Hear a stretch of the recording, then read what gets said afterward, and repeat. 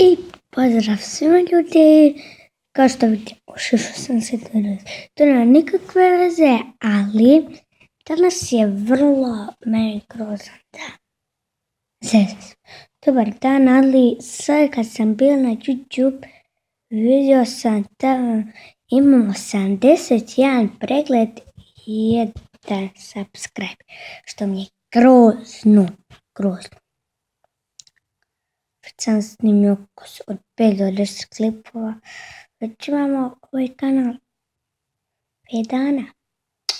I već u prvi dan sam snimio 2 klipa koje su odlična na ovom kanalu. Onaj prvi klip Recreation Gamesa 31 pregled.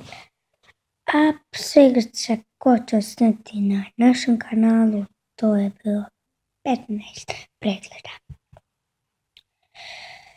Pa to ne znam šta kažem, to je najbolji klip mi je onaj prvi klip Recreation Gamesa koji je bio prije 5 dana. I snimat ćemo uskoro, nećemo vrlo brzo oko 10.4.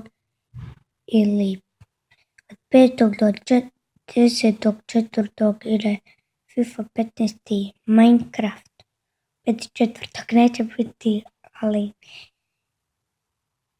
između 6.4. i 10.4. Tako nešto. I čao!